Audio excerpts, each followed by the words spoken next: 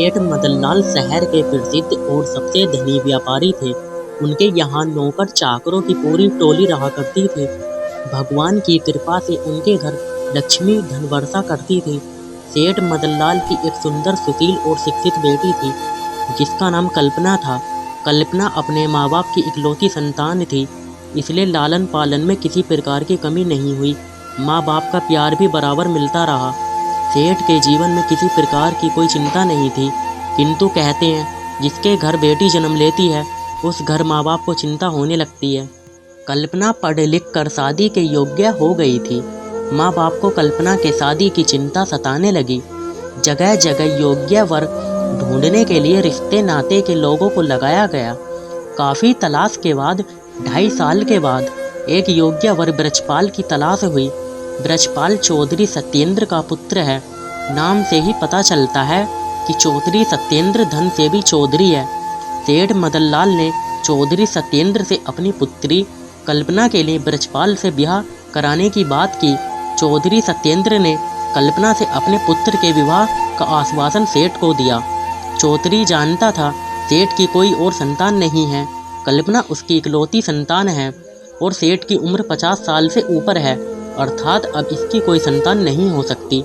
ऐसे लालच उसके मन में आया और उसने विवाह के लिए तत्काल हाँ कर दिया। लगन मुहूर्त देखकर दोनों ओर से खूब उत्साह और जोश के साथ विवाह किया गया। सेठ मदनलाल की इकलौती बेटे का विवाह था, इसलिए सेठ धन का लोभ नहीं कर रहे थे। वह जी खोलकर अपनी बेटी की शादी में धन लुटा रहे थे, अर्थात खर्च कर रहे थे। चौधरी सत्येंद्र भी जानते थे कि उनके पास धन का भंडार आ रहा है, इसलिए वह भी सामर्थ्य से ज्यादा विवाह में खर्च कर रहे थे। कल्पना और ब्रजपाल का विवाह संपन्न हुआ। दोनों अपने वैवाहिक जीवन को जी रहे थे।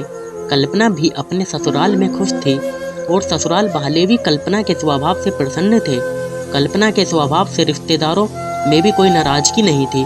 सभी कल्पना के स्वभाव की तारीफ करते हुए कहते, इसी जैसा बहू मिलना मुश्किल है। कुछ समय विवाह के बीते होंगे कि सेठ मदनलाल के घर एक पुत्र का जन्म हुआ, अर्थात कल्पना को एक भाई मिल गया जिसे वह राखी बांध सकती थी और उसको अपना भाई बोल सकती थी।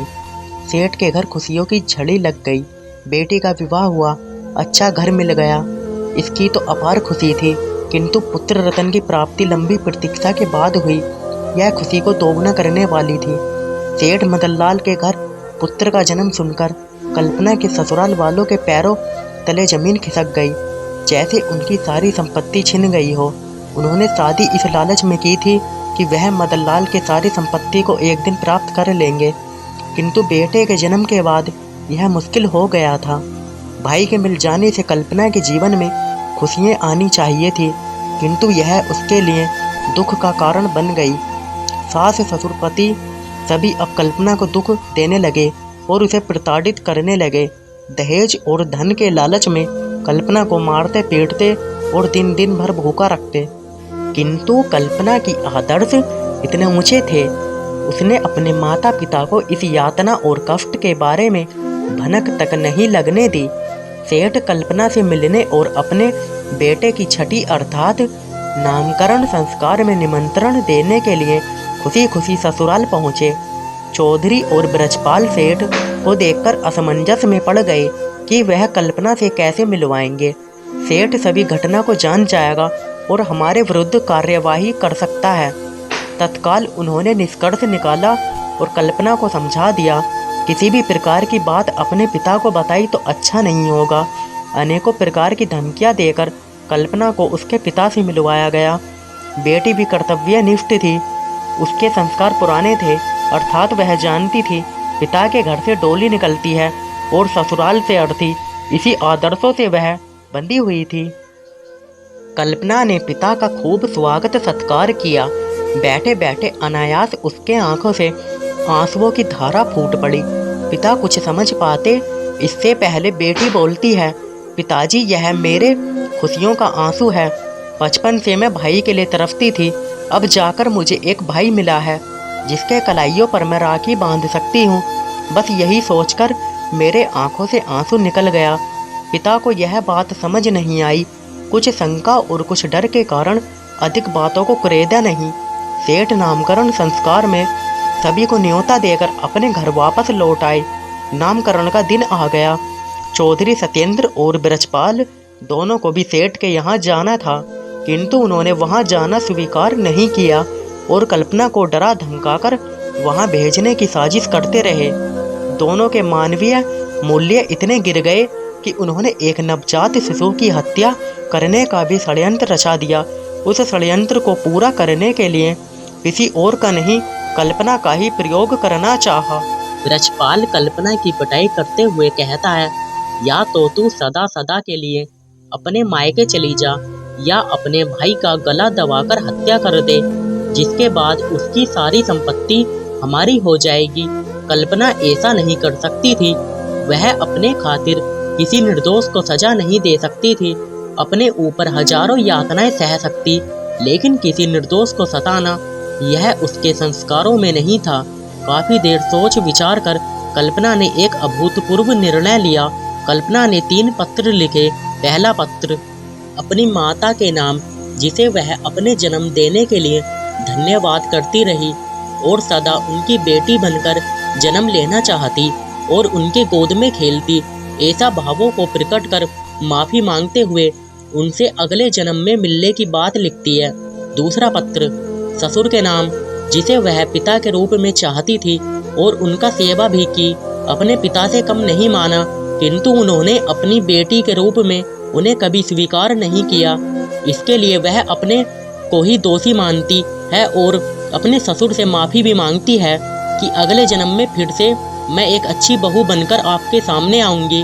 तीसरा पत्र अपने पति ब्रजपाल के नाम लिखती है, जिसे वह पति रूप में भगवान की प्रतिमूर्ति मानती थी और अपना सर्वस्व न्योछावर कर उसकी सेवा करती थी, किंतु फिर भी उन्होंने नहीं अपनाया। पति पत्नी का संबंध 7 जन्मों के लिए जुड़ जाता है, इसलिए वह इस जन्म में छोड़कर जा रही है, किंतु अगले जन्म में वह फिर उन्हें पति के रूप में प्राप्त करना चाहती है। ऐसा कहते हुए अपने हृदय के सभी विचारों को पत्र में लिख दिया। तीनों पत्र बिस्तर पर रखे, तकिए के नीचे दबा दिया और छत में लगे पंखे से एक फंदा लटकाया और अपने जीवन लीला को समाप्त कर ली। यह कल्पना के जीवन का दुखद अंत था। चौधरी सत्येंद्र के घर बहू की मृत्यु पूरे गांव में फैल गई थी। सेठ मदनलाल को भी अपनी बेटी के ना रहने की सूचना मिल गई थी। थाना पुलिस चौधरी ब्रजपाल और सत्येंद्र के घर मौजूद थी। सघन तलाशी और पूछताछ के बाद भी किसी प्रकार की कोई जानकारी नहीं मिल रही थी। महिला कांस्टेबलों ने कल्पना के शरीर को नीचे उतारा और उसके कपड़े ऊपर करके देखा तो उसके शरीर पर हजारों काले काले दाग थे, जो ब्रजपाल और सत्येंद्र ने पिटाई के दौरान दिए थे। पुलिस को सारा मंजर समझ रही थी। चौधरी ब्रजपाल और सत्येंद्र के हाव भाव भी बदले हुए थे। पिता ने भी बताया कि मैं जब मिलने आया था तो बेटी रो रही थी, किंतु उसने कुछ बात नहीं बताई थी। मुझे शंका है कि बेटी के पति और ससुर ने ही इनकी हत्या की है। बस क्या था। ब्रजपाल और चौधरी सत्येंद्र को पुलिस ने गिरफ्तार कर लिया और कमरे की छानबीन की गई। तकिए के नीचे रखे तीनों पत्रों को पुलिस ने बरामद किया और उसमें लिखी हुई सभी बातों को पुलिस ने सबके सामने पढ़ा, जिससे ब्रजपाल और चौधरी सत्येंद्र के सभी यातनाओं का उजागर हुआ। गांव मोहल्ले सभी कल्पना के स्वभाव से परिचित थे और ब्रजपाल तथा सत्येंद्र के स्वभाव से भी। गांव वालों ने भी ब्रजपाल और सत्येंद्र के सभी राज खोल दिए। पुलिस ने कानूनन ब्रजपाल और सत्येंद्र चौधरी को गिरफ्तार किया। कोर्ट कचहरी हुई, जिसमें ब्रजपाल को मुख्य साजिशकर्ता माना गया और उसे आजीवन कारावास की सजा सुनाई गई। चौधरी सत्येंद्र को इस घटना में शामिल और साजिश में सहयोगी मानते हुए 9 वर्ष की सश्रम कारावास की सजा सुनाई गई।